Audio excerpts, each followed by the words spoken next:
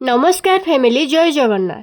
सकाळु उठिकी मु घर झाड़ू लगेकी गाधेबाक पळैथिली। आज मो मुंड सफा करथिली तो मुंड टिके भलसे पोछि दउथि। आपर भलसे टिके रेडी हेकरी ठाकुरंक पाखरे जाइके प्रार्थना करथिली। बोतल सब खाली थिला तो बोतल सब जारे पानी धरुथिली। और ब्रेकफास्ट टिके सलाड खाइ देली। लंच बनेबा पय टिके कटाकटी करथिली। डाली ऑलरेडी फुटे देइथिली तो डाली रो परजणा पय जीरा सरिष फुटे देकी से परजणा टिको डाली भितरे रखि देली। शाग धोईकी रखिथिली तो एपटे शाग बसई देली। शागटा देखंतु केती टिके हे गला। सज सज पनीपरिबा टिके काटी करी एठी भजा टिके बसई दउथिली कि प्याज कंचा मरच पके देइथिली तो एबे पनीपरिबा टिके पके देली। सकाळे चाउळ बिरी बतुरीकी रखिथिली तो एठी पिठो पय चाउळ बिरी टिके बाटी देली। देखंतु पिठोटा केते सुंदर देखा जाउची, केते फणफणिया हेकी अछि। लंच रे पेटे खाई देइकरी सोई पड़थिली। संध्या रे उठिकरी टिके रेडी हे गली मंदिर जिबा पय।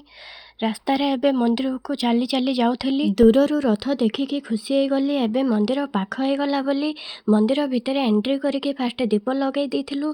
मंदिर बहुत भिड़ थिला। दर्शन पय केमिति जिबु भाबिकी झरका पटे भी टिके देखिदेलु। पर केमिति कोन करिकी भितर जाइके पूरा भलसे जगा दर्शन कलु। आज ठाकुर बहुत सुंदर देखा जाउथिले। जगा दर्शन करिके यात्रा टिके बुलिलु। बहुत सारा दुकान पड़िथिला किंतु मु गोटे भी किछि किनि पारिलेनी। आसिला बेले चाट खाइकी पळी आसिथिलु घरकू।